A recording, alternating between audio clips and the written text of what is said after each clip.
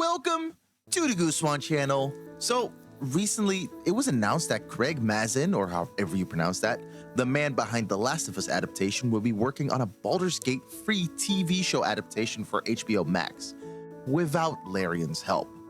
And I am afraid. I love Baldur's Gate free. I don't think it's transgressive or contrarian to say that it's probably one of the best games to release so far this decade, alongside titles like Alan Wake 2, Elden Ring, Forspoken, and honestly one of the best Western RPGs of all time. I don't need to tell you that. So with that said, I'm doubtful about the quality of this coming TV show. It's not like we know a lot about what's gonna happen on this show. We know that it's gonna follow the cast of Baldur's Gate 3, presumably sans our player character or our Tav, following directly after the events of the original game. Outside of that, we don't know much else, really. We don't know the plot, the tone, what kind of story they're gonna be telling. We don't even know if they have anyone to do the soundtrack, which reminds me, Craig Mazin, my email is in my description. Thank you for considering me. Anyway, when I first saw the announcement, doubts already started to creep in. I have a video in the works about adaptations and mainly about how to properly write characters that you as a writer didn't create in the first place, and how fanfiction writers are probably better at it than most adaptation writers are. But I think there's more to worry about here. I think there's a serious risk of Avengers-ifying these characters, making it like only these 6 heroes of the realm could stop whatever this threat is. I want to solve this problem in my own way, and so after all this ado, let's just tell you what I'm going to do in this video. In this video, I'll be giving a short pitch for my version of the Baldur's Gate free TV show. I won't be going super in-depth, giving you a full summary of a story beat by beat, because if I wanted to write a Baldur's Gate free fanfiction, you'd be reading that on my AO free instead of watching this video. No. I want to talk about how to approach a continuation of a story like Baldur's Gate 3 and the framework you could use to hang the skin of that story on. First of all, if you gave me the keys to a Baldur's Gate 3 TV show adaptation, I would not bring back any character from the plot of the actual game. Maybe I'd bring back Minsk because he's funny, or like Jaheira, but none of the main followers or companions you get throughout the game. I think what would be massively more interesting is an anthology-style series based in this world, maybe even inviting different writers and creatives to tell these stories. Every episode a different vignette from Faerun, not even confining ourselves to the eponymous city. But I understand that this is unrealistic. Everyone involved here understands that the characters were a massive part of what made Baldur's Gate 3 so popular and so big. People love this cast, love these party members, from Asterion to Shart. The characters are what pulled BG3 to its position in popular culture. So, to remain realistic, I have to constrain this pitch in ways like that.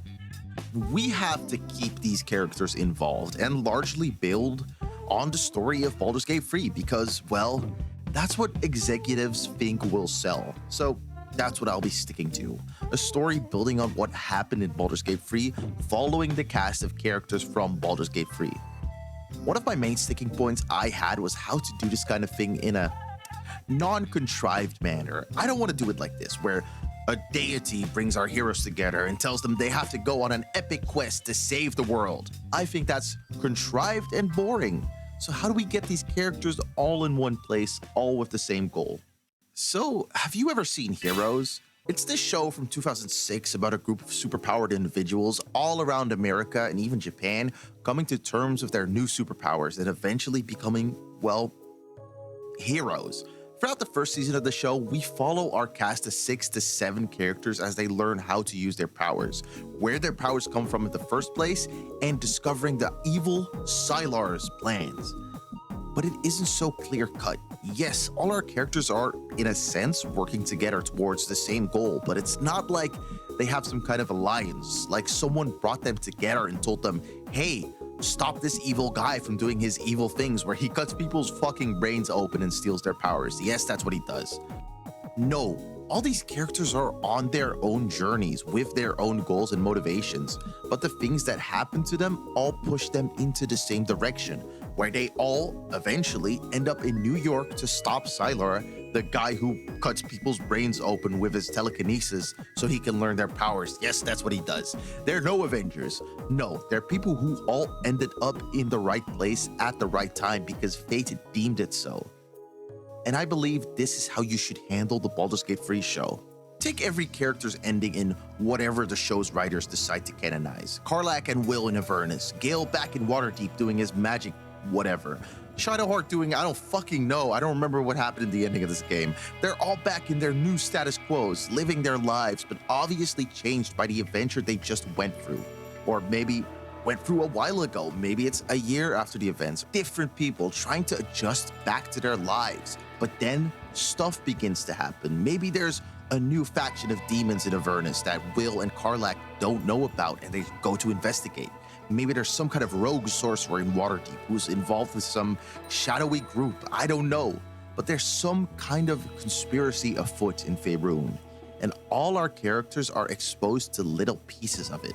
They all discover parts of it while none of them figure out the whole plot until it eventually brings them back to presumably Baldur's Gate. They group up, maybe not all at once. They trade information and eventually everyone figures out what is going on. At least that's how I would do it. I don't know who exactly the big bad would be, what the evil conspiracy would be. I'm not that into the lore of the Forgotten Realms. I play cool tabletop RPGs like Kids on Bikes, no. But I really think this is the narrative framework you have to work with.